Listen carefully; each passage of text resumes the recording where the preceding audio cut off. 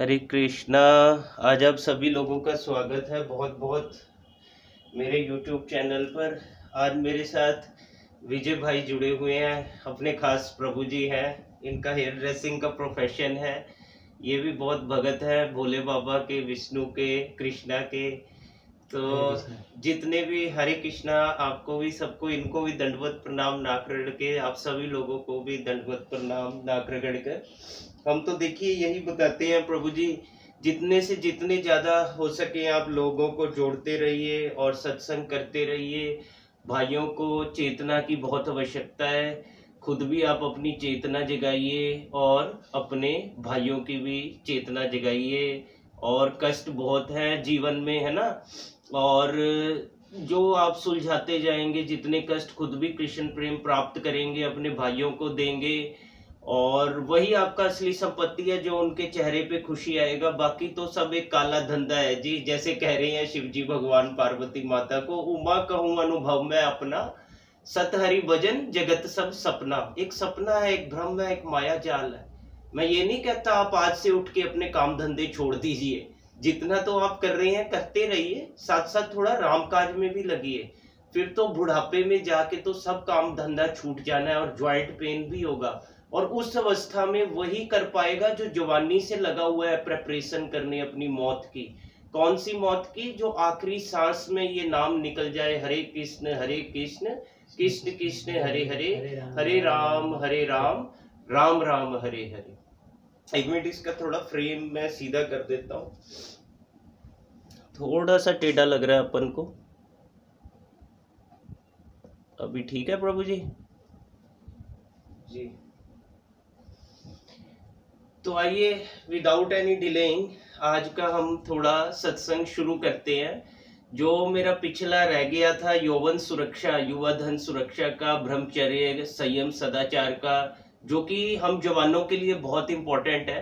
जैसे ये भी अभी जवानी है, ये मेरे हम उम्र है, 37 या 38 वर्ष के हैं ये भी, है ना, मेरे करीब ही है बिल्कुल। 38 मेरी भी इतनी है, मेरा भी 86 का है जन्म तिथि। तो अभी हम थोड़ा भजन करते हैं। आज भोलेनाथ का थोड़ा भजन करेंगे, क्योंकि देखिए जैसे कि मैं सोच रहा था, हम मस्त रहते हैं नाम में भगत लोग। आप भी रहिए, आप भी रह सकते हैं। जैसे शिव बाबा है ना, शिव शंकर कैलाश में मस्त रहते हैं। और शिव शंकर कौन है? वैश्वनाम यथा Shambhu, number 1, he is number 1। शास्त्र पढ़ेंगे, वैष्णवा नाम यथा शंभु, शंभु भी बोलते हैं ना, वैष्णव नंबर 1 है वो। कैलाश में बैठेंगे तो हरे कृष्ण कृष्ण कृष्ण हरे हरे, हरे राम राम राम हरे हरे। शमशान में बैठेंगे भस्म लगा के तो हरे कृष्ण कृष्ण कृष्ण हरे हरे, हरे राम राम राम हरे हरे। यही प्रभु जी उनका मंत्र, यही चल रहा है शिव जी का। और वो नंबर 1 है डिवोटी, सब डिवोटीज की गिनती में सबसे नंबर 1 वैष्णव। जैसे ये हम लोग टीका लगाते हैं, ये सबसे पहले शिव जी को लगा है, नंबर 1 वो है।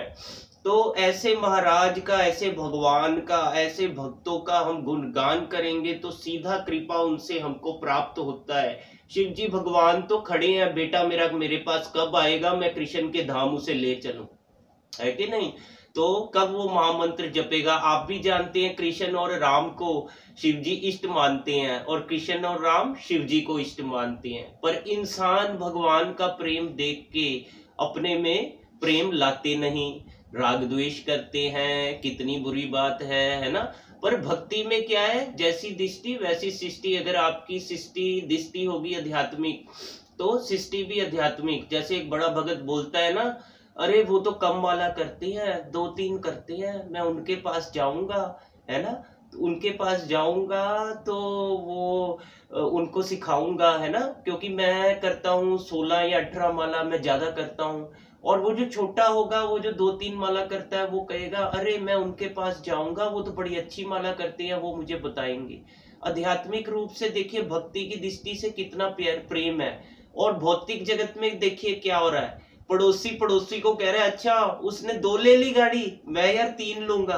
अच्छा मैंने मोबाइल उसने 2 है, मैं 3। अच्छा उसका कौन सा वर्जन है, अरे मैं बढ़िया वाला लूंगा। देख रहे हैं राग द्वेष से कैसे लोग जल रहे हैं। और इस जलन से खुद की दुखदायी अवस्था बना रहे हैं। इसीलिए बोलते हैं सुख तो देने में है, लेने में नहीं। पर आजकल की जनता लगी हुई है अपना काम बनता, भाड़ में जाए जनता, इसीलिए ज्यादा दुख और क्लेश को पा रहे। इसीलिए भगवान को हमेशा प्रार्थना करनी चाहिए, भगवान लेने के नहीं देने के योग्य बनाइए, है ना। लेने के नहीं देने के योग्य बनाइए। भगवान मुझे इतना दीजिए, मेरा कुटुंब भी अच्छे से संतुष्टि में समाये और मैं अपने समाज में बांट सकूं, क्योंकि मेरे भाइयों को बहुत कृष्ण प्रेम की, भगवान के प्रेम की आवश्यकता है। हरि बोल। आइए, हरि हरि हरि बोल। आइए फिर विदाउट एनी डिलेइंग आज का थोड़ा भजन हम शुरू करते हैं। उसके बाद हम जो पुस्तक पढ़ रहे थे युवा धन सुरक्षा की, उसका पार्ट 2 भी करेंगे। आप लोग ऐसे ही कृपा और सहयोग और प्रेम बनाए रखिए और भगवान का आशीर्वाद हमारे साथ रहे। हम इसी तरह सत्संग करते रहेंगे। जीवन को सत्संग बनाइए, आनंद बनाइए, है ना। तभी ये नेगेटिव एनर्जी से आपको छुटकारा मिलेगा। नहीं तो दुख तो देखने को बहुत हैं। अभी हम सोचते शायद मेरा कष्ट ज्यादा है, पर वही व्यक्ति मैंने देखा है जब दूसरे व्यक्ति को देखता है वो बोलता है अरे बाप रे इसका कष्ट तो मुझसे भी ज्यादा है। तो दूसरा तीसरे को देखता है अरे इसका कष्ट तो मुझसे भी ज्यादा है। इसीलिए पहले खुद पार होना है, आत्मसात करना है, सुख शांति को भक्ति अच्छे से करना है, फिर अपने भाइयों को पार लगाना है। बाकी सब तो एक ब्रह्म है। इससे आप उनका भी काम कर रहे, नर सेवा नारायण सेवा कर रहे, क्योंकि सब में भगवान का अंश है ना। तो आइए आज हम शिव जी भगवान का थोड़ा भजन करते हैं।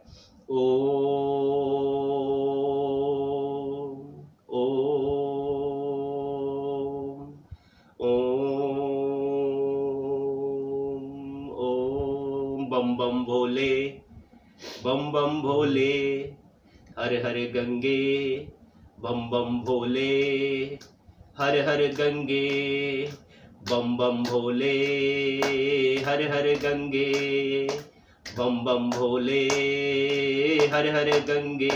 हे मस्त मलंगम मस्त मलंगम मस्त मलंगम बम बम बम, मस्त मलंगम भोले बाबा बम बम बम।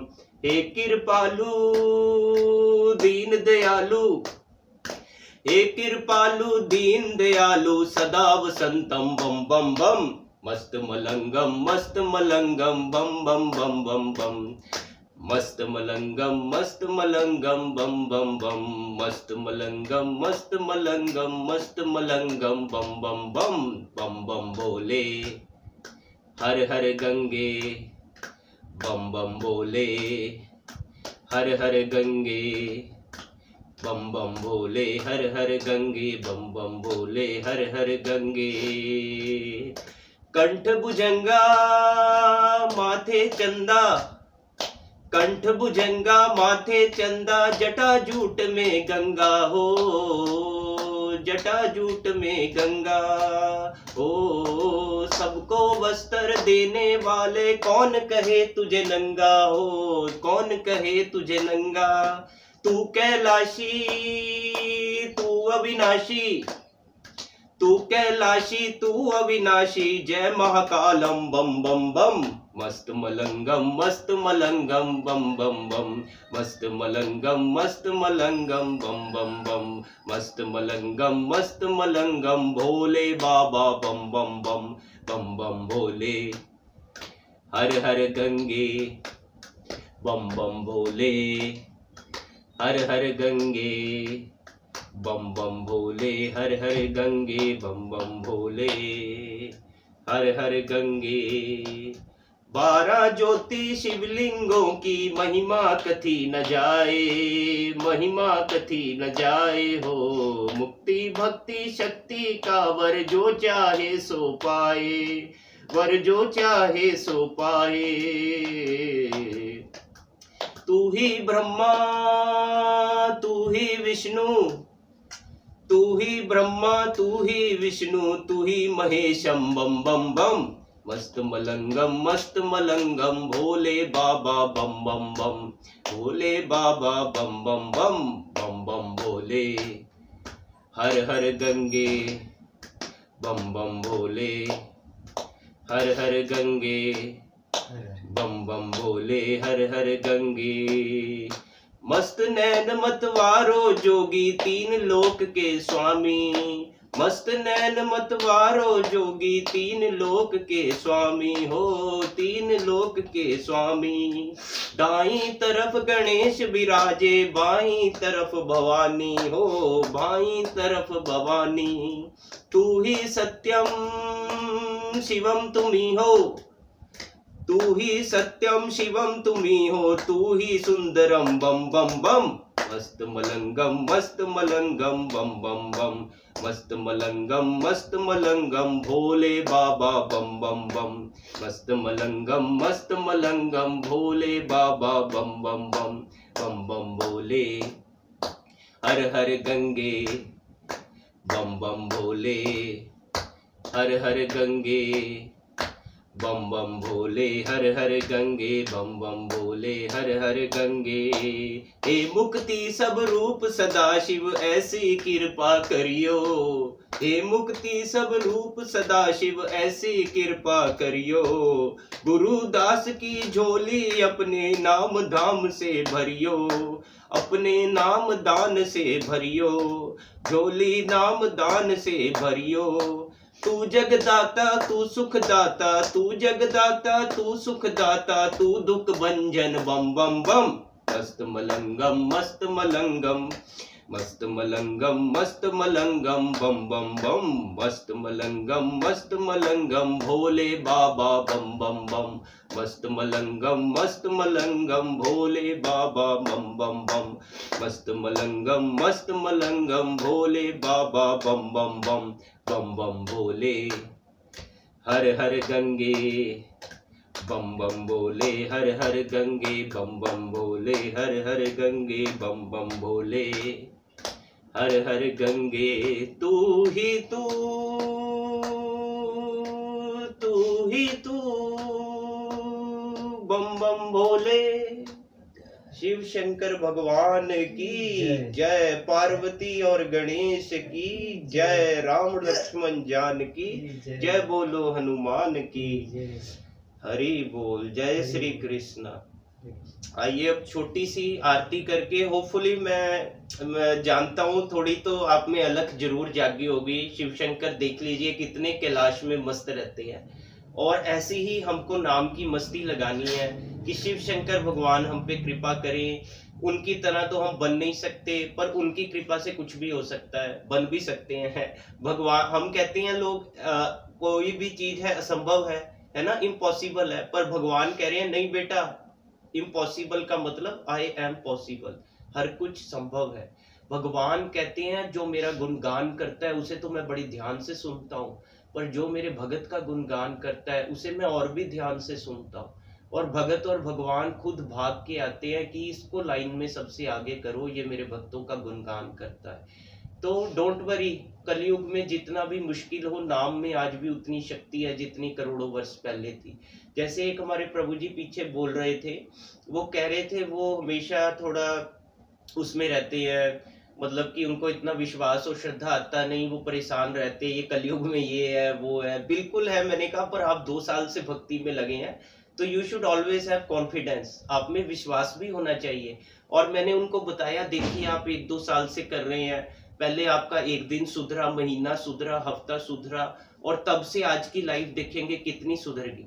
तो yes, you are obviously progressing, आप प्रगति के स्तर पर हैं। इसी तरह आप भक्ति करते रहिए और अपने भाइयों को प्रेम देते रहिए, भक्ति का प्रेम दीजिए, ज्ञान दीजिए, आनंद दीजिए, और भगवान से जो है आपको भक्ति से आपकी शक्ति मिलती रहेगी। और हम भी पूर्ण आशा ऐसी ही करते हैं। तो आइए आगे हम शुरू करते हैं। हम जो है हरे कृष्णा कीर्तन थोड़ा सा करेंगे, उसके बाद हम अपना जो है जहाँ से हमने पिछली बार ये यौवन सुरक्षा का पार्ट 2 छोड़ा था, हम वहां से शुरू करेंगे और आपको जो है ये थोड़ा सा पढ़ के बताएंगे आज, है ना।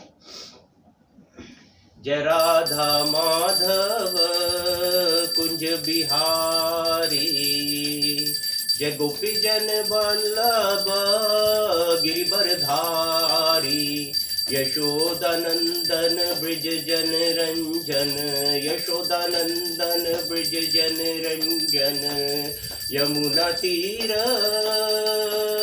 बनचारी, जय राधा माधव कुंज बिहारी।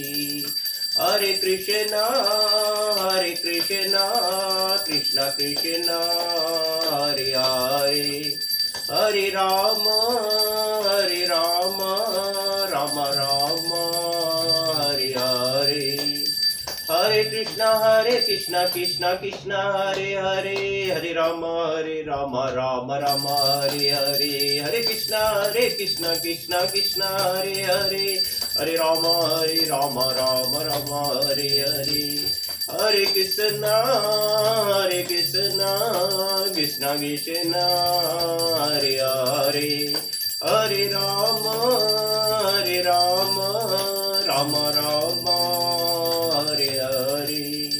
हरे कृष्णा कृष्णा कृष्णा हरे हरे, हरे राम राम हरे हरे। हरे कृष्णा कृष्णा कृष्णा हरे हरे, हरे राम राम हरे हरे। हरे कृष्णा कृष्णा कृष्णा हरे हरे, हरे राम राम हरे हरे।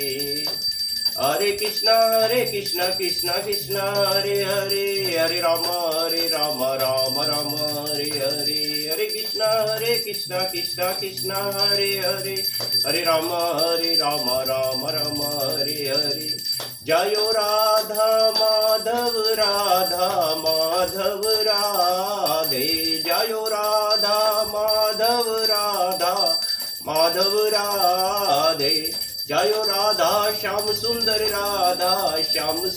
राधे, जयो राधा श्याम सुंदर राधे। जयो कृष्ण बलराम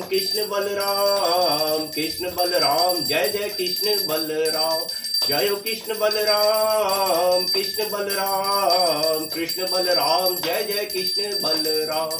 जयो गौरा निताय गौरंगा निताय, नित्याय गौरंगा जय जय गौरा निताय। जयो कृष्ण बलराम जय हो वृंदावन धाम, जय जय गौरा निताय गौरा निताय श्री गौरा निताय। जय जय प्रभुपाद जय जय श्रील प्रभुपाद जय जय गुरुदेव जय जय गुरुदेव। जय वैष्णव ठाकुर रामी तुम्हार कुकुर। जय वैष्णव ठाकुर रामी तुम्हार कुकुर। जय ओम विष्णुपाद परमहंस परिव्राजकाचार्य स्तोत्र श्री श्रीमद कृष्ण कृपा मूर्ति अभय चरणारविंद भक्ति वेदांत स्वामी श्रील प्रभुपाद की जय। बीबीटी संस्थापकाचार्य एसी भक्ति वेदांत स्वामी श्रील प्रभुपाद की जय। अनंत कोटि वैष्णव वृंद की जय। नामचार्य शील हरिदास ठाकुर की जय। जय जय ओम विष्णुपाद परमहंस परिव्राजकाचार्य स्तोत्र श्री श्रीमद भक्ति सिद्धांत सरस्वती ठाकुर श्रील प्रभुपाद की जय। श्री श्री राधा कृष्ण गोप गोपिका श्याम कुंड राधा कुंड गिरि गोवर्धन की जय। श्री वृंदावन मथुरा धाम की जय। श्री नवदीप मायापुर धाम की जय। श्री गंगा देवी की जय। यमुना देवी की जय। भक्ति देवी की जय। हरि नाम संकीर्तन की जय। गौर प्रेमानंदी हरि हरि बोल। संवित भक्त वृंद की जय। संवित भक्त वृंद की जय। आप सभी भक्तों की जय। प्रशील प्रभुपाद की जय। हरे कृष्ण कृष्ण कृष्ण हरे हरे, हरे राम राम राम हरे हरे। हरे कृष्ण। आप सभी लोगों को, विजय प्रभु जी को भी सबको दंड दंडवत प्रणाम करता है, दास नाक रगड़ के साष्टांग प्रणाम करता है। आगे शुरू करते हैं। पिछली बार हमने पढ़ा था, तो आप सभी को कैसा लग रहा है? अच्छा लग रहा है? आपको कैसा लग रहा है? बहुत अच्छा लग रहा है। देख रहे हैं कितने ही जन्मों का जो है, या आज के दिन का आपका स्ट्रेस, पाप, कलेश सब निकल जाता है एक बार आरती करने से। शांति, शक्ति और ज्ञान, आनंद महसूस करते हैं, है ना। तो भगवान का नाम लेते रहिए, आरती सत्संग सुनते रहिए, इसी तरह कैरी ऑन फॉरवर्ड, आपका लाइफ अच्छा चलता रहेगा। और जब इतना आत्मसात कर जाए कि हाँ मैं तो बहुत सुखी हूँ, संतुष्ट हूँ, शांत हूँ, फिर अपने भाइयों में बांटिए, है ना। ये कभी खत्म नहीं होने का। भक्ति के समुद्र में जितना उतरेंगे ये और गहरा होता जाएगा। तो आइए चलिए, पिछली बार जहाँ छोड़े थे उसके आगे ये दास शुरू करता है। कितना इंपॉर्टेंट बता रहे थे ना कि युवाओं में ब्रह्मचर्य कितना जरूरी है, जिससे जवानी संभल गई तो बुढ़ापा भी संभल जाएगा, और साथ साथ भक्ति कीर्तन भी करना चाहिए। तो आइए, हमने पिछली बार छोड़ा था वो हम आपको पढ़ के बताते हैं। जहाँ से हमने पिछली बार छोड़ा था उसमें हम बता रहे थे, संभोग से समाधि के मार्ग पर चलकर कोई भी व्यक्ति योग सिद्ध महापुरुष नहीं हुआ, है ना। तो कहते हैं कि पहले सेक्स फिर मेडिटेशन, है ना। संभोग से समाधि नहीं लगती, बल्कि समाधि से जीवन सुधरता है और ये संभोग की प्रवृत्तियां कम होती हैं, है ना। और जैसे हमारा मन गलत आदतों में ना भटके, इसलिए जब कीर्तन प्रसादम करेंगे तो चेतना सुधरेगी। और फिर चेतना जब इतनी सुधर जाएगी, 6 महीने, साल, 2 साल, 3 साल की मेरी चेतना इतनी उठ गई है, फिर मुझे अपने भाइयों का चेतना उठाना है और खुद भी सुख शांति से रहना है और भाइयों को भी सुख शांति का जीवन प्रदान करना है ना। तो उस मार्ग पर चलने वाले पागल हुए हैं। किससे? कौन से मार्ग पर? संभोग से समाधि। तो ऐसे कई नमूने हमने प्राणी मात्र के परम हितैषी संतों ने देखे हैं। इसके विपरीत भारतीय मनोविज्ञान में मानसिक तनावों से मुक्ति के विभिन्न उपाय बतलाए गए हैं। जैसे कौन कौन से उपाय हैं? योग मार्ग है ना, और साधन चतुष्टय है, शुभ संस्कार है, सत्संगति है जो इस समय जैसे हम कर रहे हैं, फिर अभ्यास है, वैराग्य है, ज्ञान है, भक्ति है, निष्काम कर्म आदि हैं। देखिए कितने काम हैं जो हम कर सकते हैं, है ना। ऐसी अच्छी एक्टिविटीज में लगेंगे तो मन इधर उधर नहीं भटकेगा। इन साधनों के नियमित अभ्यास से संगठित एवं समायोजित व्यक्तित्व का निर्माण संभव है। इसीलिए भारतीय मनोविज्ञान के अनुयायी पाणिनि और महाकवि कालिदास जैसे प्रारंभ में अल्प बुद्धि होने पर भी महान विद्वान हो गए। हरि बोल। भारतीय मनोविज्ञान ने इस विश्व को हजारों महान भक्त, समर्थ योगी तथा ब्रह्म ज्ञानी महापुरुष दिए हैं। अतः पाश्चात्य मनोविज्ञान को छोड़कर भारतीय मनोविज्ञान का आश्रय लेने में ही व्यक्ति, कुटुंब, समाज, राष्ट्र और विश्व मानव का कल्याण निहित है। आइए अब आपको बताते हैं कंसंट्रेशन, एकाग्रता का रहस्य। एकाग्रता के तो गुरु थे स्वामी विवेकानंद। तो चलिए उन्हीं के बारे में एक किस्सा बताते हैं। स्वामी विवेकानंद ऋषिकेश के बाद मेरठ आए। अपने स्वास्थ्य सुधार के लिए विश्राम हेतु वह मेरठ में रुके। विवेकानंद जी को अध्ययन का अत्यंत शौक था। अध्यात्म एवं दर्शन शास्त्र की पुस्तकें वह बड़े चाव से पढ़ते थे। उनके एक शिष्य थे, डिसाइपल यानी कि स्टूडेंट, अखंडानंद जी। उनके लिए स्थानीय पुस्तकालय से पुस्तकें ले आया करते थे, मतलब पास की लाइब्रेरी से पुस्तकें ले आया करते थे। एक बार विवेकानंद जी ने प्रसिद्ध विचारक एवं दार्शनिक सर जॉन लबाक की पुस्तकें पढ़ने हेतु मंगवाई। उन्होंने एक ही दिन में सब पुस्तकें पढ़ ली। देख रहे हैं आप स्वामी विवेकानंद जी की एकाग्रता, है ना। देखिए क्या एकाग्रता है इनकी। तो दूसरे दिन अखंडानंद जी वह पुस्तकें जमा करवाने ले गए। तब ग्रंथपाल को विस्मय हुआ, क्योंकि पिछले कई दिनों से अखंडानंद जी बड़ी बड़ी पुस्तकें पढ़ने के लिए ले जाते, एक दूसरे दिन पुणे जमा करवा देते। ग्रंथपाल ने अखंडानंद जी से पूछा, महाशय आप पुस्तकें पढ़ते हैं या केवल उनके पन्ने पलटकर ही वापस कर देते हैं? प्रतिदिन मुझसे अलग अलग पुस्तकें ढूंढवाकर मेरा दम निकाल देते हैं। तो ये बात स्वामी विवेकानंद जी के पास पहुंची। तब वह स्वयं पुस्तकालय में आए एवं उन्होंने विनम्रता पूर्वक ग्रंथपाल से कहा, अखंडानंद जी प्रतिदिन मेरे लिए पुस्तकें लाते हैं। मैं पुस्तकें पूरी की पूरी पढ़कर दूसरे दिन उन्हें जमा कराने के लिए वापस भेजता हूँ। क्या आपको शंका होती है कि मैं पढ़े बिना ही पुस्तकें वापस भेजता हूँ? ग्रंथपाल ने कहा, स्वामी जी, सर जॉन लिबाक जैसे गहन तत्व चिंतक की पुस्तकें एक ही दिन में कैसे पढ़ी जा सकती हैं? इसे मैं नहीं मानता। स्वामी विवेकानंद जी ने कहा, मैंने एक ही दिन में वह सब पुस्तकें पढ़ डाली हैं। फिर भी आपको शंका हो तो उनकी पुस्तकों में से चाहे जिस विषय पर मुझसे कोई भी प्रश्न पूछ सकते हैं। ग्रंथपाल के दिमाग में ये बात नहीं उतर पाई। विवेकानंद जी वास्तव में पुस्तकें पढ़ते हैं कि नहीं, इसकी जांच करने के लिए ग्रंथपाल उन पुस्तकों में से एक के बाद एक प्रश्न पूछने लगा। विवेकानंद जी फटाफट उत्तर देने लगे, उनके उत्तर देने लगे। इतना ही नहीं, प्रश्न का उत्तर पुस्तक के किस पृष्ठ पर है ये भी बताने लगे, कि कौन से पेज पर, नंबर भी बताने लगे पेज का, कि ये 574 पेज नंबर पे उत्तर दिया गया है और ये 400 पेज पे, पृष्ठ पे उत्तर दिया गया है। ग्रंथपाल उन्हें फटी आंखों देखता रह गया। वह अत्यंत आश्चर्य में डूब गया। विवेकानंद जी की मेधावी स्मृति शक्ति एवं उनके ज्ञान के प्रति उसे असीम श्रद्धा हुई। उसने प्रणाम करके कहा, स्वामी जी, आपकी बात को सत्य माने बिना आपके साथ जो संशय युक्त व्यवहार किया उसके बदले में क्षमा मांगता हूँ। वास्तव में आप कोई महान योगी पुरुष हैं, परंतु मुझे ये समझाइए कि इतनी शीघ्रता से पुस्तकें पढ़कर उसे आप अक्षरक्ष याद कैसे रख लेते हैं?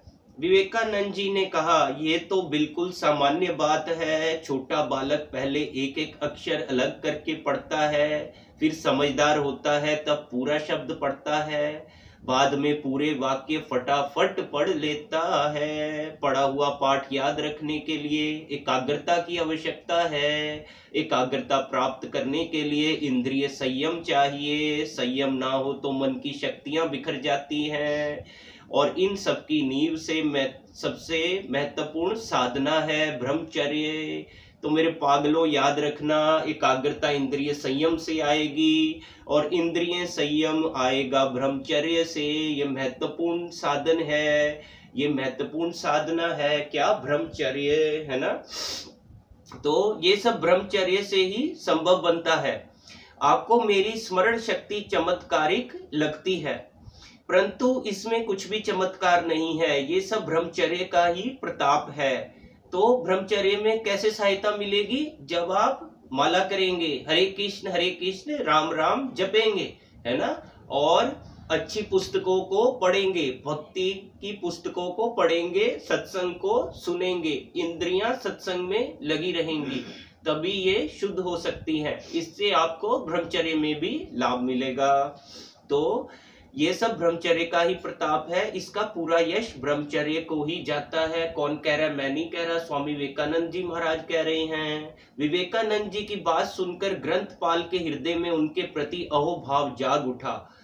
वह स्वामी जी के चरणों में नतमस्तक होकर उनका भक्त बन गया। तो आगे थोड़े हम ब्रह्मचर्य की समझ के बारे में बताते हैं। जब स्वामी विवेकानंद जी विदेश में थे तब ब्रह्मचर्य की चर्चा छिड़ने पर उन्होंने कहा, कुछ दिन पहले एक भारतीय युवक मुझसे मिलने आया था। वह करीब 2 वर्ष से अमेरिका में ही रहता है। वह युवक ब्रह्मचर्य का पालन बड़ी चुस्तता पूर्वक करता है। एक बार वह बीमार हो गया तो वहां के डॉक्टर को बताया। तो जानते हो डॉक्टर ने उस युवक को क्या सलाह दी? कहा, ब्रह्मचर्य प्रकृति के नियम के विरुद्ध है, अतः ब्रह्मचर्य का पालन करना उसके स्वास्थ्य के लिए हितकर नहीं है। कौन? पाश्चात्य डॉक्टर बोला, फॉरेन का डॉक्टर। तो उस युवक को बचपन से ही ब्रह्मचर्य पालन के संस्कार मिले थे। डॉक्टर की ऐसी सलाह से वह उलझन में पड़ गया। वह मुझसे मिलने आया एवं सारी बातें बताई। मैंने उस युवक को समझाया, तुम जिस देश के वासी हो वह भारत आज भी अध्यात्म के क्षेत्र में विश्व गुरु के पद पर आसीन है। अपने देश के ऋषि मुनियों के उपदेश पर तुम्हें ज्यादा विश्वास है कि ब्रह्मचर्य को जरा भी ना समझने वाले पाश्चात्य जगत के डॉक्टर पर। तो स्वामी विवेकानंद जी ने उससे ये चीज पूछी कि उस पर विश्वास है फॉरेन के डॉक्टर पर कि हमारी भारतीय संस्कृति पे, जहाँ भगवान और संत महापुरुषों की ये धरती है, जहाँ वो पैदा हुए, जहाँ से तुम्हें शुभ संस्कार मिले, तो हमारे ऋषि मुनि ब्रह्मचर्य रक्षा से ही परम पद की यात्रा करने में समर्थ बने हैं। ब्रह्मचर्य को प्रकृति के नियम के विरुद्ध कहने वालों को ब्रह्मचर्य शब्द के अर्थ का भी पता नहीं है। ब्रह्मचर्य के विषय में ऐसा गलत ख्याल रखने वालों के प्रति एक ही प्रश्न है कि आप में और पशुओं में क्या अंतर है। क्यों? क्योंकि पशु भी सोना खाना, सुरक्षा करना और मैथुन कर रहा, हम भी यही करेंगे तो हम पशु के स्तर पर है ना। हम भी अगर भजन भक्ति की प्रवृत्ति भगवान ने दी है, हम उसमें नहीं लग रहे, तो अभी हम we are on the level of animal, हम पशु के स्तर पर हैं, है ना। ईटिंग, डिफेंडिंग, मेटिंग और स्लीपिंग कर रहे। युवकों, हजारों वर्ष तक तपस्या करके, सात्विक आहार करके, गिरी कंदराओं में साधना करके प्रकृति के सूक्ष्म अति सूक्ष्म रहस्यों की खोज करने वाले हमारे ऋषियों की समझ ठोस है, सत्य की नींव पर आधारित है। उसमें विश्वास रखो, श्रद्धा रखो। देखो, मन को प्रबल बनाना हो तो पहले पवित्रता क्या चीज है, इसे खूब सूक्ष्मता से समझना होगा। मन को पवित्र विचारों से सराबोर रखने से मनोबल बढ़ता है। मन जितना विकारी विचारों से घिरा रहता है, उतना वह निर्बल होता जाता है। इसलिए जीवन में ब्रह्मचर्य का पालन अनिवार्य है। ब्रह्मचर्य विकारी वासनाओं का नाश कर देता है। ब्रह्मचर्य का पालन व्यक्ति को उन्नत विचारों के उन्तुंग शिखरों पर प्रस्थापित कर देता है। कईयों को ब्रह्मचर्य का पालन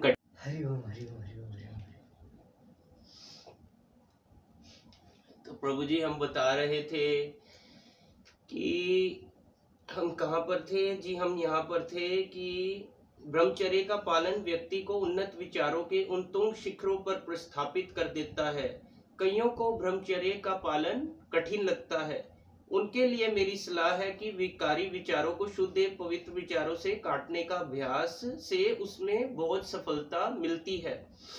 स्त्री मात्र को माता, पुत्री अथवा बहन के रूप में देखने की आदत बना लेने से काम वासना के विचार शांत हो जाते हैं।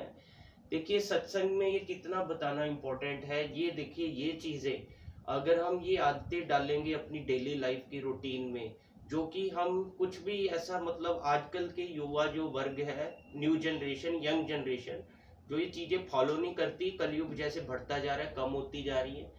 तो देखिए, जिसको सुखी रहना है वो करेगा, जिसको दुखी रहना है वो, उसको जब तक ज्ञान सुकृति नहीं मिलेगा वो नहीं करेगा। तो आपको सत्संग मिल रहा है तो यू शुड फॉलो दिस, और नहीं कर पा रहे तो मैंने आपको एक विचार बताया, एक मेथड बताया इजी। आप बार बार रिपीट पे सुनिए सत्संग को, गुरु लोगों के, चारी लोगों के, मेरे और भक्तों के, आप सुनिए। बार बार सुनने से क्या होगा, ऑटोमेटिकली जो भी रिपीट पे करती है लाइफ वैसी ही बन जाती है ना प्रभु जी। तो इसलिए बार बार सत्संग को सुने, थोड़ा जप करें, बार बार करें, है ना। इन चीजों को बार बार करने से शुद्ध विचार आएंगे। क्योंकि आज के नहीं, ये 84 लाख जूनियों से हमारे जो है ना, हृदय कोयले की तरह काला है हमारा हार्ट, क्योंकि तब के पाप कर्म हमारे हृदय पर पड़े हैं। जो कि कृष्ण का जितना नाम लेंगे, सत्संग सुनेंगे, उतने ये कटते जाएंगे और हम उतने शुद्ध सात्विक होते जाएंगे और भगवत धाम जाने के लिए क्वालिफाई, यानी कि एग्जाम में पास होते जाएंगे। और आपको लगता है मैं एग्जाम में काफी पास हो गया हूँ, थोड़ा अपने भाइयों को भी करा दो, मेरे भाई लोगों, है ना। सब में प्रभु को देखना चाहिए ना, और खुद को दास मानना चाहिए, तभी आप सुखी रह सकते। नहीं तो अगर मैं खुद को ही समझता रहूंगा, अभिमान में, राग द्वेष में रहूंगा, जलन में रहूंगा, है ना, तो दुख मुझे घेरे रहेंगे। और कब तक मैं उनको सुख मान के चलता रहूंगा, जब तक कि मुझे लग रहा है 1 साल 2 साल 3 साल, और धीरे धीरे सच्चाई मेरे सामने आती जाएगी। फिर मुझे पता लगेगा, ओहो मैं तो एंजॉइंग समझ रहा था, पर मैं तो आई एम सफरिंग, मैं तो इसको सुख मान रहा था, पर ये तो असली दुख है। क्योंकि परमानंद की जो है भक्ति है जो ये पाप और पुण्य से परे है, स्वर्ग नरक से परे है, ये परमानंद की प्राप्ति है। न भगत को नरक में जाना न स्वर्ग में जाना, उसको तो भगवत धाम में जाना है भैया। हरि बोल। आइए आगे थोड़ा सा और शुरू करते हैं, जहाँ से छोड़ दिया था वहां से शुरू करते हैं। तो स्त्री मात्र को माता, पुत्री अथवा बहन के रूप में देखने की आदत बना लेने से काम वासना के विचार शांत हो जाते हैं। पर ये याद रखिएगा, ये बहुत इजी नहीं है, क्योंकि हमारे ऊपर कई 84 लाख जन्मों के कलेश, कलेवर और पाप पड़े हुए हैं। इसलिए ये जो है करना, ये चीजें करना कठिन है। पर एक नजर बनानी पड़ेगी, जिसको माता, पुत्री, बहन के रूप में स्त्री को देखना पड़ेगा। और जब कीर्तन प्रसादम चालू रखने का, धीरे धीरे आपकी चेतना शुद्ध होती जाएगी, क्योंकि हमारी चेतना अशुद्ध है भौतिक प्रकृति के कारण, है ना। तो भारतीय संस्कृति में माता, पुत्री या बहन के संबंधों को अत्यंत पवित्र माना जाता है। जब मन में ऐसी पवित्र भावना रखकर स्त्री की तरफ नजर डालोगे तो विकार तुम्हें कभी नहीं सताएंगे।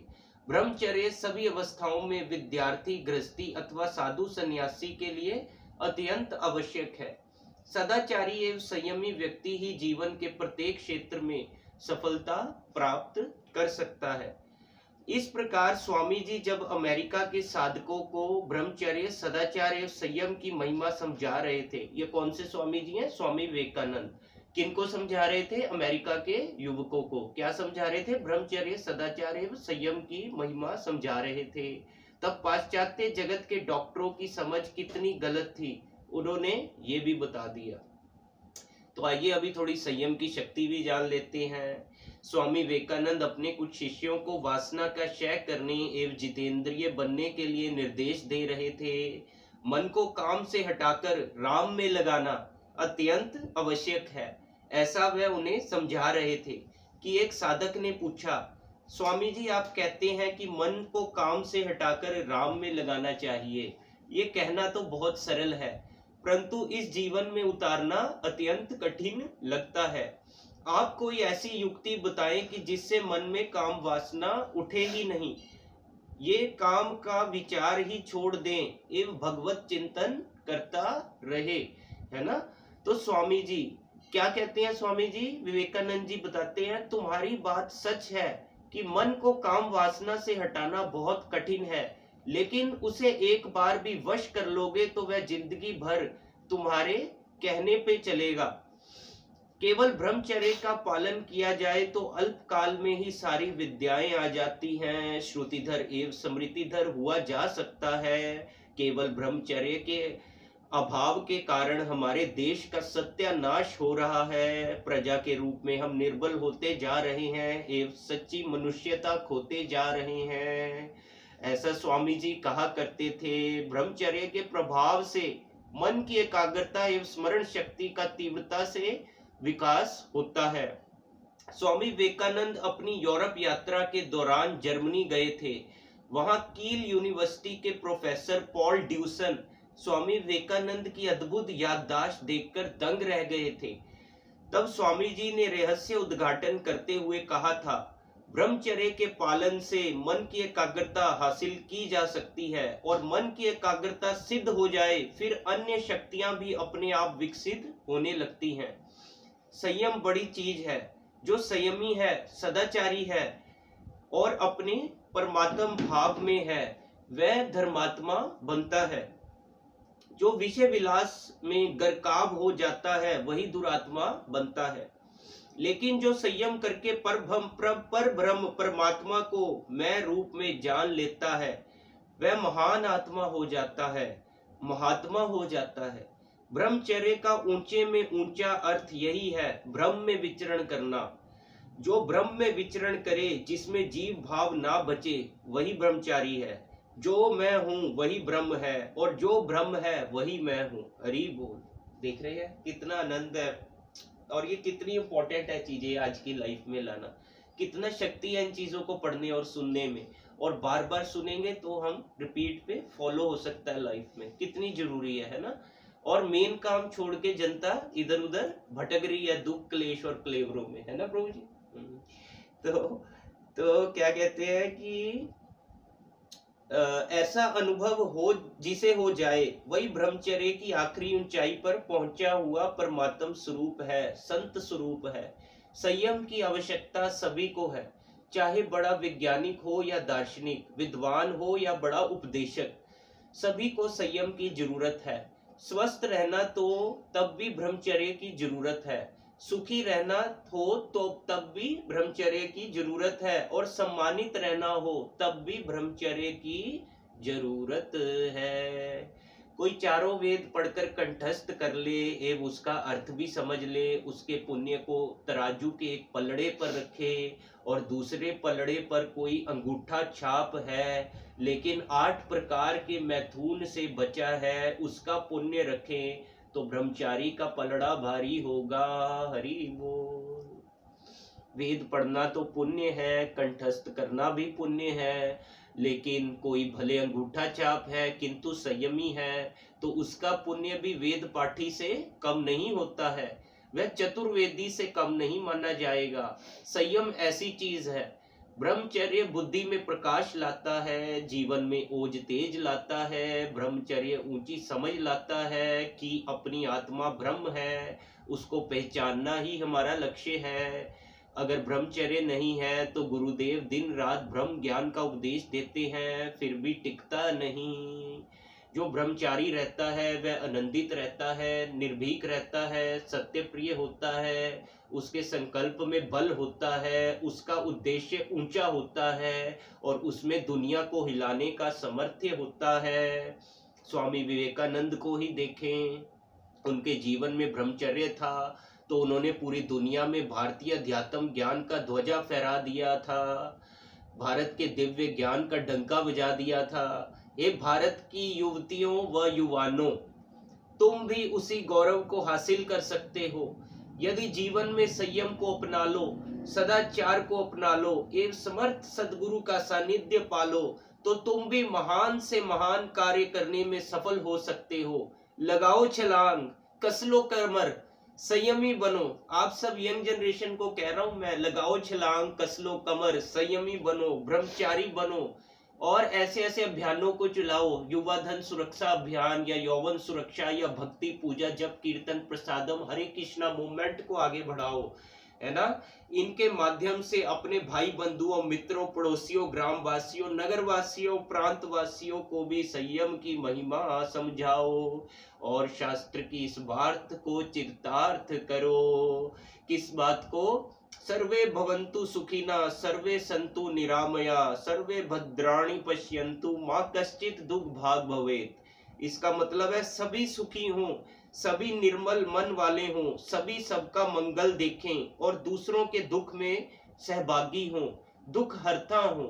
इसी के साथ मेरे साथ बोलिए हरे कृष्ण कृष्ण कृष्ण हरे हरे, हरे राम राम राम हरे हरे। बस 15-20 मिनट का थोड़ा सा और पढ़ेंगे, ज्यादा नहीं। अब थोड़ा आत्म संयम के विषय में आपको बताते हैं।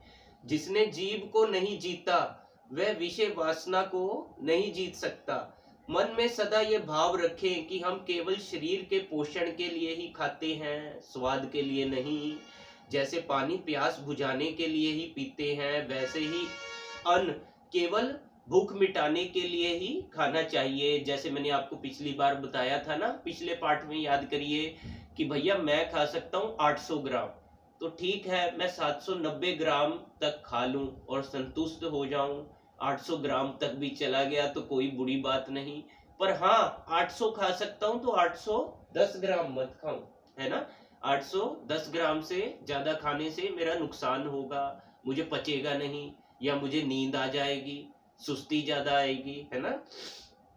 तो हमारे माँ बाप बचपन से ही हमें इसकी उल्टी आदत डालते हैं, हमारे पोषण के लिए नहीं बल्कि अपना अंधा प्यार दिखाने के लिए हमें तरह तरह के स्वाद चिकाकर हमें बिगाड़ते हैं, है ना। कहते हैं ये भी खा ले बेटा, वो भी खा ले, मोटा होगा, तगड़ा होगा, है ना।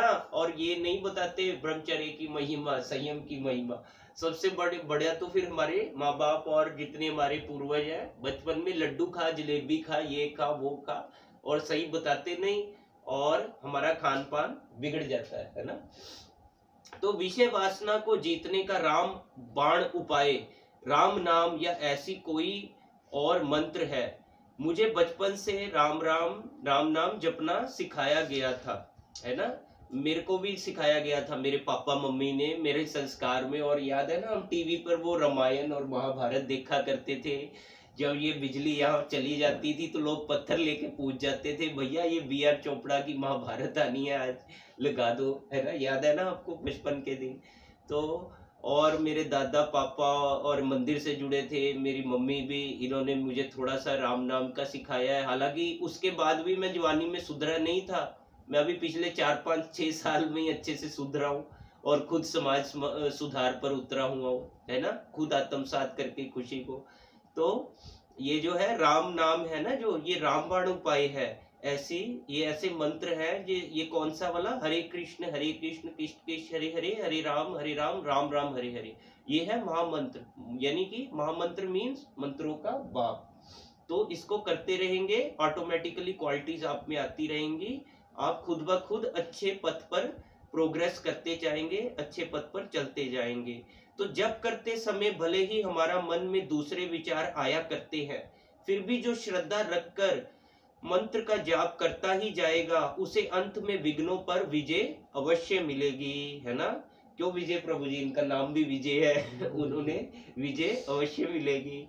तो इसमें मुझे तनिक भी संदेह नहीं है कि ये मंत्र उसके जीवन की डोर बनेगा और सभी संकटों से उसको उबारेगा। इन मंत्रों का चमत्कार हमारी नीति की रक्षा करने में है, और ऐसा अनुभव हरेक प्रयत्न करने वाले को थोड़े ही दिनों में हो जाएगा। इतना याद रहे कि मंत्र तोते की तरह न रटा जाए, उसे ज्ञान पूर्वक जपना चाहिए। अवंचित विचारों के निवारण की भावना और मंत्र शक्ति में विश्वास रखकर जो जीव को वश में रखेगा, ब्रह्मचर्य उसके लिए आसान से आसान चीज हो जाएगा। जैसे कि मैंने आपको पहले भी बताया था, मंत्र जाप उच्चारण से ये हमारे को ब्रह्मचर्य में बहुत सहायता मिलेगी, है ना। तो प्राणी शास्त्र का अध्ययन करने वाले कहते हैं कि पशु ब्रह्मचर्य का जितना पालन करता है, मनुष्य उतना नहीं करता। हम इसके कारण की खोज करें तो देखेंगे कि पशु अपनी जीभ पर काबू रखता है, इरादा और कोशिश करके नहीं, बल्कि स्वभाव से ही। वह जीने के लिए खाता है, खाने के लिए नहीं जीता। पर रास्ता तो इसका उल्टा ही है। माँ बच्चे को तरह तरह से स्वाद चखाती है। वह मानती है कि अधिक से अधिक चीजें खिलाना ही उसे प्यार करने का तरीका है। तो आजकल देखिए हमारी बुद्धि पशुओं से भी नीच स्तर पर चली गई है। अभी भैंसिया के आगे तुम रख दो बर्गर पिज्जे, शेर के आगे रख दो, क्या खाएगा? नहीं खाएगा ना। इसीलिए कहते हैं इंसान की खोपड़ी, इसे सत्संग की आवश्यकता है ना। मैं बार बार कहता हूँ कि भैंसियों की राम कथा तो बनी नहीं, हम लोगों की राम कथा बनी है। क्योंकि इंसान की खोपड़ी ये पागल हो जाती है। खोपड़ी का मतलब खो गई और पड़ी है ना। तो इसको सुधारने के लिए सत्संग की बहुत आवश्यकता है ना प्रभु जी। और कहती है सट सुधरे सत्संगति पाई। सत्संग सुनने के बाद चोर होता है ना, जो चोर, ये व्यक्ति चोर, ये चोरी करना छोड़ देता है। ये जान जाता है अरे कुत्ता बिल्ली तो फ्री में खा रहे, मैं क्यों चोरी कर रहा हूँ, है ना। सत्संग कितना आवश्यक है, ये आपकी लाइफ को डायरेक्शन देता है ना। तो इसलिए आगे हम बताते हैं। और माँ बाप हमारे शरीर को कपड़ों से ढकते हैं, कपड़ों से हमें लाद देते हैं, हमें सजाते संवारते हैं, पर हम समझे कि कपड़े बदन को ढकने के लिए हैं, उसे सर्दी गर्मी से बचाने के लिए हैं, सजाने के लिए नहीं। तो हम इससे कहीं अधिक सुंदर बन सकते हैं। स्वाद भूख में रहता है। हम तो पेट में ठूस ठूस कर भरने के लिए तरह तरह के मसाले काम में लाते हैं और विविध व्यंजनों बनाते हैं, फिर कहते हैं कि ब्रह्मचर्य टिकता नहीं। तो अश्लील उपन्यास, कुसाहित्य, अश्लील दृश्य, सिनेमा आदि देखने में लगाते हैं। जैसे आजकल वो फेसबुक, ट्विटर, स्नैपचैट, इंस्टाग्राम, पता नहीं कितने कितने तरह के एप्लीकेशन, छोटे छोटे वीडियो देख देख के टाइम पास करते, उस दौरान भक्ति कोई नहीं करता। मंदिर में पंडित आता है, अकेला ही घंटी बजा के रात को चला जाता है। लोग अपने क्यूव्यसनों और काम काले धंधों में और पैसा पैसा कर रहे हैं। हम तो बता रहे कम पैसा तो चिंता, ज्यादा पैसा तो चिंता। लक्ष्मी तो विष्णु के चरण चाप रही से सैया पे, तो भैया भगवान की सेवा में लगिए। और काम काज टोटली नहीं छोड़ सकते, मत छोड़िए। थोड़ा थोड़ा राम काज शुरू करके देखिए, जिससे कि राम काज का स्वाद लगे और धीरे धीरे बढ़ता जाए और ये तुम्हारा काम काज कम होता जाए। बुढ़ापे में तो फिर राम काज में ही लगना है, फिर मृत्यु के दौरान भगवत धाम जाना है, क्योंकि अंतगति सगति। राम का नाम तुम्हारी जबान पे रहा तो राम का धाम मिलेगा, नहीं तो यही भौतिक जन्मों में हम क्लेश क्लेवर में 84 लाख जन्मों से जहाँ भटक रहे वहीं आके फिर भटकना पड़ेगा। तो आपके हाथ में है चॉइस, है ना, आपके ऊपर है किसको चुनना चाहते हो, है ना। हरि बोल, हरि बोल।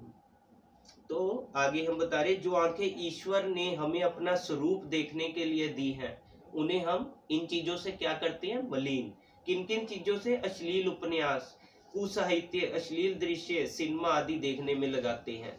जो देखने की चीजें हैं उन्हें देखने में रुचि नहीं है।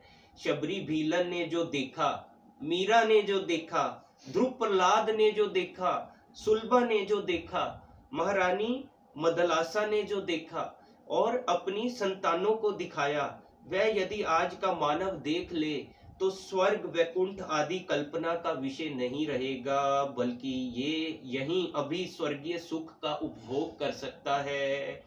अगर यहीं पे तुम्हारी इतनी दृष्टि हो जाए, 1-2 साल 4 साल 5 साल लगा के भक्ति में इतनी कर जाऊं, हरे कृष्ण हरे राम इतना कर जाऊं, तो जैसी दृष्टि वैसी सृष्टि। जब तुम्हारी दृष्टि आध्यात्मिक होगी तो आध्यात्मिक सृष्टि होगी, यहीं पे गोलोक वृंदावन बन जाएगा और आप अपने भाइयों को, प्रभु लोगों को यहीं पे दास की भांति निमित्त मात्र बन के सेवा करेंगे, उन्हें सच्ची भक्ति शक्ति आनंद ज्ञान देंगे, है ना। तो यहीं वैकुंठ बन जाएगा। जैसे अभी यहाँ सत्संग चल रहा है ना, ये चंडीगढ़ का एक कमरा नहीं है, ये इस टाइम वैकुंठ है। कहीं न्यूयॉर्क भी होगा, अगर कहीं भी, जो कलकत्ता मद्रास दिल्ली कहीं भी आप जहाँ सत्संग करेंगे तो वो विष्णु भगवान का वैकुंठ बन जाता है। वो जगह का नाम नहीं रहता, वो वैकुंठ ही होता है ना। और वैकुंठ मतलब जहाँ पे कोई एंग्जाइटी, कुंठा, कुंठा मतलब कोई कुंठा नहीं, कोई चिंता नहीं। ज्ञान भक्ति अनंत शक्ति ओत प्रोत विष्णु भगवान की कृपा, वैकुंठ, है ना, वो चीज वैकुंठ बन जाती है जहाँ सत्संग होता है। तो ईश्वर जैसा कुशल सूत्रधार दूसरा कोई नहीं मिल सकता और ना आकाश से अच्छी दूसरी रंगशाला मिल सकती है। पर कौन माता बच्चे की आंखें धोकर उसे आकाश के दर्शन कराती है ना। बच्चे की प्रथम पाठशाला घर ही है। आजकल घरों में बच्चों को जाने अनजाने जो शिक्षा मिल रही है वह उसके तथा माता पिता के भविष्य व राष्ट्र के लिए कितना घातक है, ये विचारणीय है। देश के बुद्धिजीवों व कर्णधारों को गंभीरता पूर्वक इस विषय पर विचार करना चाहिए। ये लाइनें हैं जो एंड की, कि बुद्धिजीवों व कर्णधारों को गंभीरता पूर्वक इस विषय पर विचार करना चाहिए कि माता पिता बच्चों को क्या दे रहे हैं। ये पता किसने कहा था? ये मैं नहीं कह रहा, ये महात्मा गांधी ने कहा था। तो हम सब माता पिताओं को विचार करना चाहिए हम किस पथ पर चल रहे हैं, क्योंकि उसी पथ पर हम अपने बच्चों को चलाने वाले हैं। भागवतम कह रही है सांप बिल्ली कुत्ते में भी माता पिता होते हैं और उनमें और हम में फर्क नहीं, है ना। माता पिता वो जो बच्चे को जन्म मृत्यु के चक्कर से बाहर निकलना सिखाएं, उन्हें भक्ति बताएं। शिक्षक भी वही है सच्चा, वही हक होने को रखता है शिक्षक, जो अपने बच्चों को भक्ति का पथ बताए और जन्म मृत्यु के चक्कर से बाहर निकाले। इसीलिए माता पिता को पहला गुरु और जो गुरुजन है उनको दूसरा गुरु, दूसरा जन्म देते हैं। वो असली माता पिता गुरु ही बनते हैं, दुई जन्म बोलते हैं ना, शास्त्र बता रहा है भागवतम। और माता पिता भी गुरु तभी बनने लायक है अगर वो आपको भक्ति बताए, जन्म मृत्यु के चक्कर से निकालने की क्षमता रखते हो। अदरवाइज गुरु ही आपका सच्चा मित्र है, जो ब्राह्मण है, जो वैष्णव है, जो आपको श्री कृष्ण का ज्ञान, श्री कृष्ण का विज्ञान गीता और भागवतम बताता है ना, जिससे आप सरलता से अपने जीवन को जी सके और भगवत विषयक बन सके, भगवान के पथ जो है, जो मतलब कि भगवान के मार्ग पर चल सकें और दूसरों के पथ प्रदर्शक भी आप बन सकते हैं। जैसे चैतन्य महाप्रभु बता रहे हैं ना, सही कृष्ण तत्ववेता सही गुरु होए। जो कृष्ण के तत्व का विज्ञान जानता है और उसको वैसे ही बताता है जैसे गीता में श्री कृष्ण भगवान अर्जुन को दे रहे हैं, तो आप गुरु बन गए। गुरु बनने के लिए कोई बहुत बड़ी उपलब्धियां नहीं चाहिए। आप हरे कृष्ण का जाप कर रहे हैं, गीता अच्छे से पढ़ रहे हैं, आपने आत्मसात कर लिया है, फिर वही ज्ञान जो कृष्ण भगवान दे रहे हैं अर्जुन को, वही आप लोगों को बताइए, आप भी गुरु बन जाएंगे। मैं नहीं कह रहा, चैतन्य महाप्रभु कह रहे हैं। हरि बोल। तो अभी थोड़ा बताते हैं, जीवन की संपत्ति है संयम, पेशेंस, धीरज, है ना। जीवन की संपत्ति क्या है? संयम।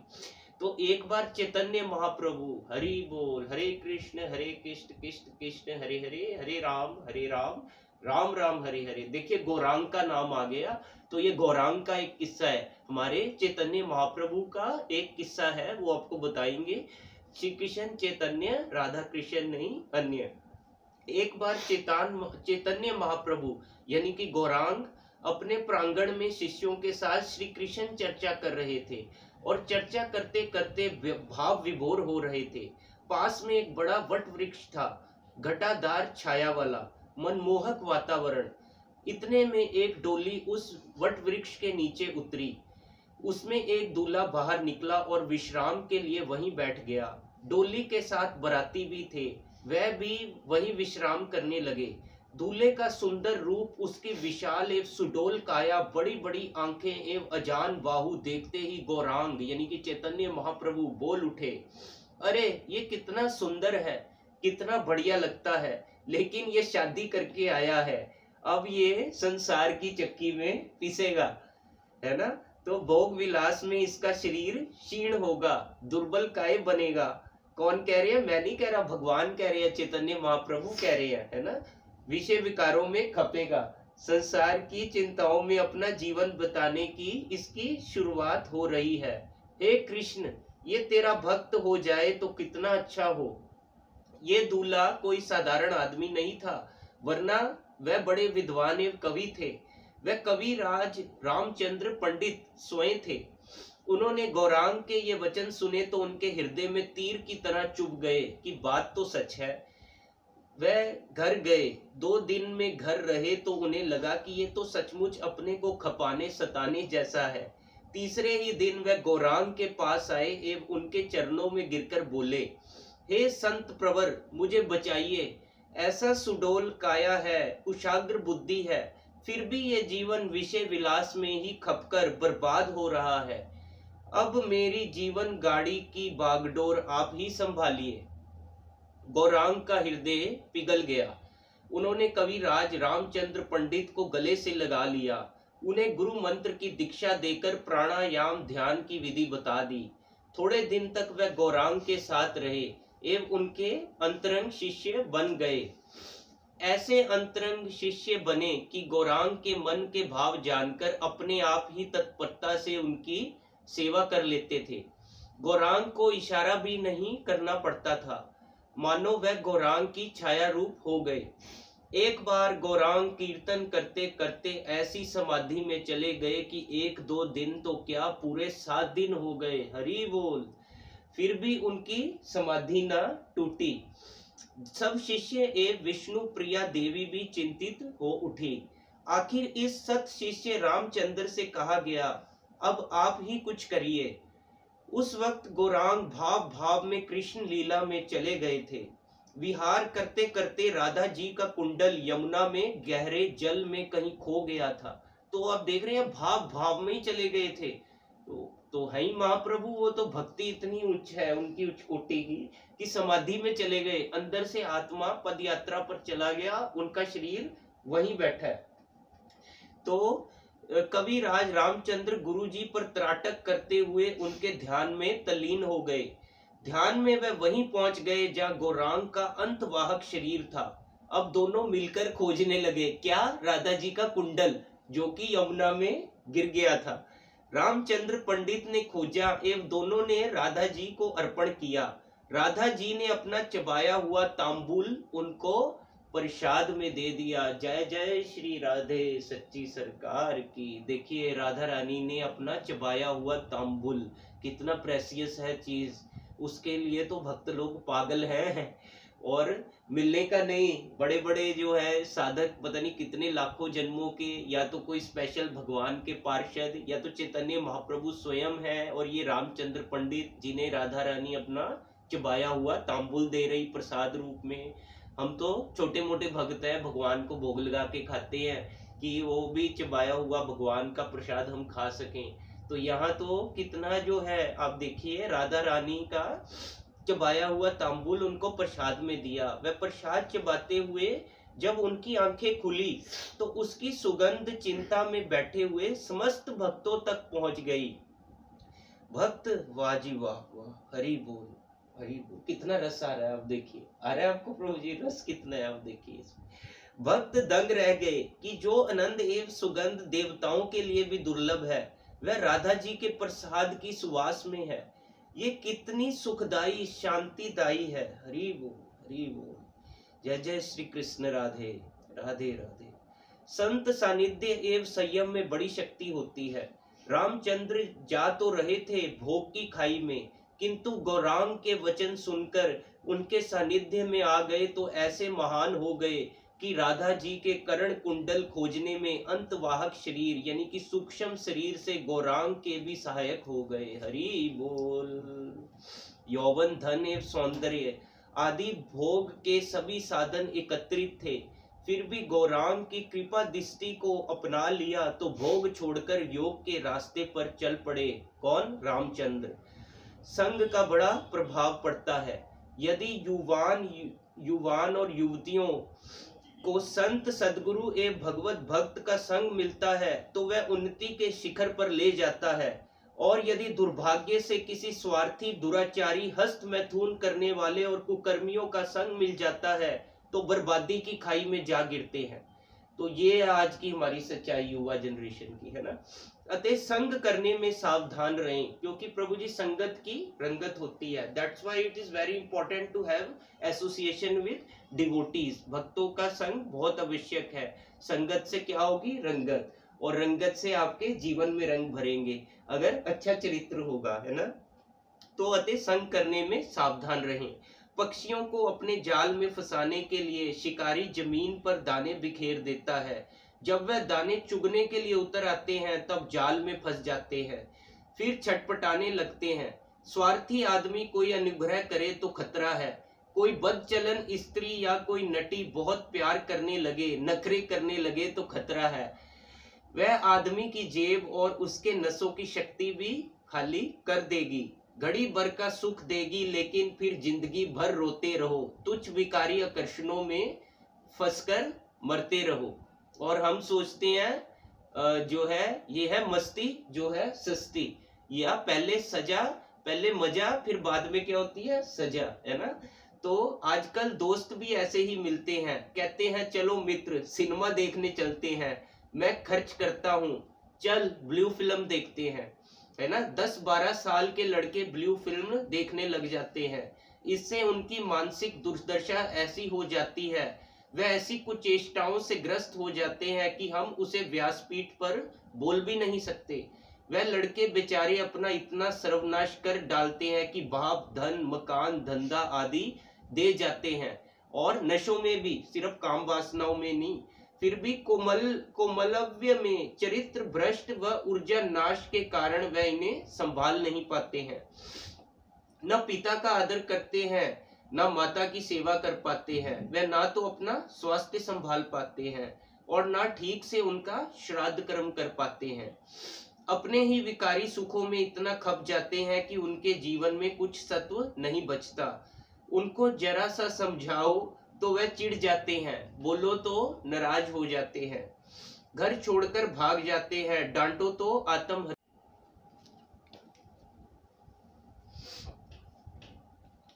तो प्रभु जी हम बता रहे थे, डांटो तो आत्महत्या के विचार करने लगते हैं। मतलब इतना चिड़ा हुआ है आजकल का युवा, और आत्महत्या के विचार आते हैं तो समझो ये मन की दुर्बलता व कायरता की प्रकाष्ठा है। बचपन में वीर्य नाश खूब हुआ तो बार बार आत्महत्या के विचार आते हैं। वीर्यवान एवं संयमी पुरुष को आत्महत्या के विचार नहीं आते।